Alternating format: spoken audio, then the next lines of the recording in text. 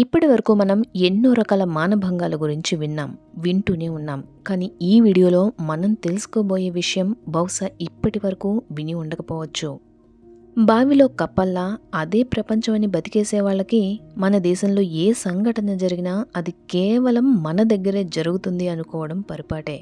కానీ ఒక్కసారి మనం కళ్ళు పెద్దవి చేసుకుని విదేశాల్లో ఏం జరుగుతుందో చూస్తే ఆ విప్పారిన కళ్ళు చెమర్చకమానవు. ఎంతో అభివృద్ధి చెందిన దేశమైన ఫ్రాన్స్లో 71 ఏళ్ల డొమినిక్ అనే వ్యక్తి గత 10 సంవత్సరాలుగా తన భార్యకు మత్తుమందిచ్చి ఆమె మత్తులో ఉండగా ఆమెపై అత్యాచారం చేయడమే కాకుండా తన స్నేహితులను సైతం పిలిపించి ఆమెపై అత్యాచారం చేయిస్తూ వచ్చాడు. ఇంత జరుగుతున్నా ఆ మహిళ తన భర్తపై ఎటువంటి కంప్లైంట్ చేయలేదు. ఎందుకంటే ఆమెపై జరుగుతున్న ఈ అత్యాచార విషయం అసలు ఆమెకు కూడా తెలియదు కాబట్టి. ఆమెకు ఒంటి మీద స్పృహ లేకుండా అసలు ఏం జరుగుతుందో తెలియనంతగా, తెలుసుకోలేనంతగా మత్తుమందిచ్చి ఆమె మత్తులో ఉండగా గత 10 సంవత్సరాలుగా ఆమెపై ఇటువంటి దుర్మార్గాన్ని తలపెట్టాడు. ఊహించడానికి సైతం వణుకు పుట్టించే ఈ ఘోరం నిజంగా జరిగిందంటే నమ్మక తప్పదు మరి. ఇప్పుడు ఈ కేసు కోర్టులో ఉంది. ఆ భర్తతో పాటు ఈ అత్యాచారంలో పాల్పంచుకున్న మరో 50 మంది కూడా కోర్టుకు హాజరయ్యారు. 2011లో మొదలైన ఈ దుర్మార్గం 2021లో బయటపడింది. ప్రతిరోజు రాత్రి ఆ భర్త నిద్రమాత్రలను పిండి చేసి ఆమె తినే తిండిలో కలిపి ఆమెకు తినిపించేవాడు.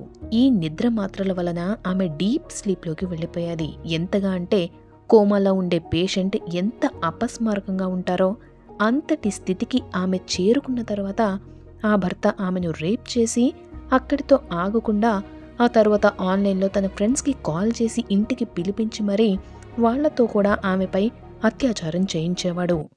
గత 10 సంవత్సరాలుగా ఇదంతా జరుగుతూనే ఉంది. అంతకంటే బాధాకరమైన విషయం ఏంటంటే ఆమెను అత్యాచారం చేసిన వాళ్లలో ట్రక్ డ్రైవర్స్ నుంచి నర్సుల వరకు, జర్నలిస్టుల నుండి జైలర్ వరకు, సోల్జర్ నుంచి ఐటీ ఎంప్లాయీస్ వరకు ఇంతమంది ఉండడం ఒక విషయమైతే వాళ్ళ ఏజ్ గ్రూప్స్ కూడా 26 నుండి 74 ఏళ్ల వయసు వాళ్ళు కావడం ఆశ్చర్యం కలిగించే విషయం. వీళ్ళలో చాలామందికి పెళ్ళిళ్ళు జరిగాయి, కొంతమందికి గర్ల్ ఫ్రెండ్స్ కూడా ఉన్నారట, కొంతమందికి పిల్లలు మనవలు కూడా ఉన్నారు. అయితే వీళ్లలో ఆమెను కేవలం ఒకసారి రేప్ చేసిన వాళ్ళుంటే మరికొంతమంది 6 సార్లు రేప్ చేయడం కూడా జరిగిందట. పోలీసులు తెలిపిన వివరాల ప్రకారం ఆమె మొత్తంగా 92 సార్లు రేప్కి గురైనట్లు అంచనా. అక్కడితో అయిపోలేదు.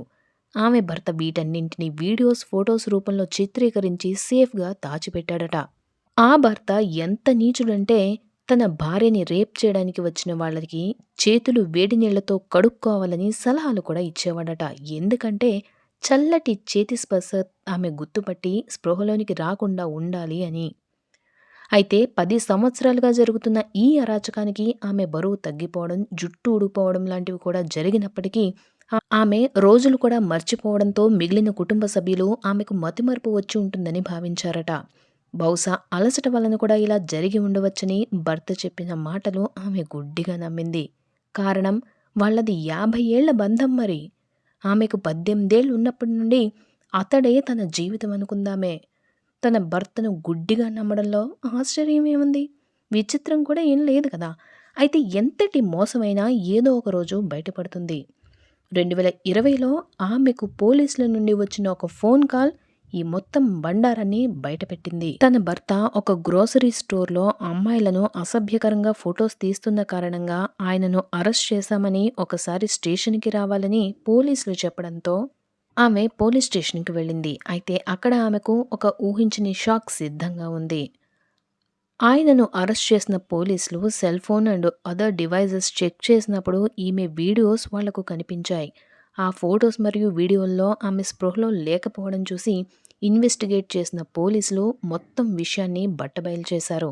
20,000కు పైగా ఫోటోలు మరియు వీడియోలను గుర్తించిన పోలీసులు డొమినిక్ని అదుపులోనికి తీసుకుని విచారణ ప్రారంభించారు. అయితే మరి ఆమె సంగతేంటి? జీవితాంతం తోడుగా ఉంటాడనుకున్న భర్త, భద్రంగా కాపాడతాడు అని గుడ్డిగా నమ్మిన భర్త ఇలా చేయడం ఎవరికైనా బాధ కలిగించే విషయమే.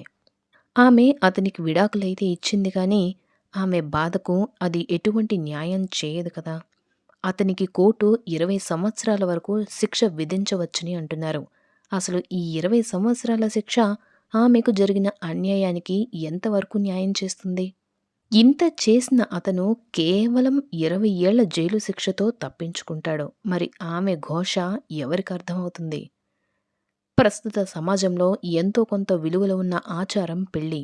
కానీ చివరకు పెళ్లిలో కూడా ఇంత మోసం ఉంటుందంటే ఇకపై ఒక స్త్రీ మగవాడిని నమ్మడానికి ఏ ఒక్క కారణం మిగిలి ఉండదేమో.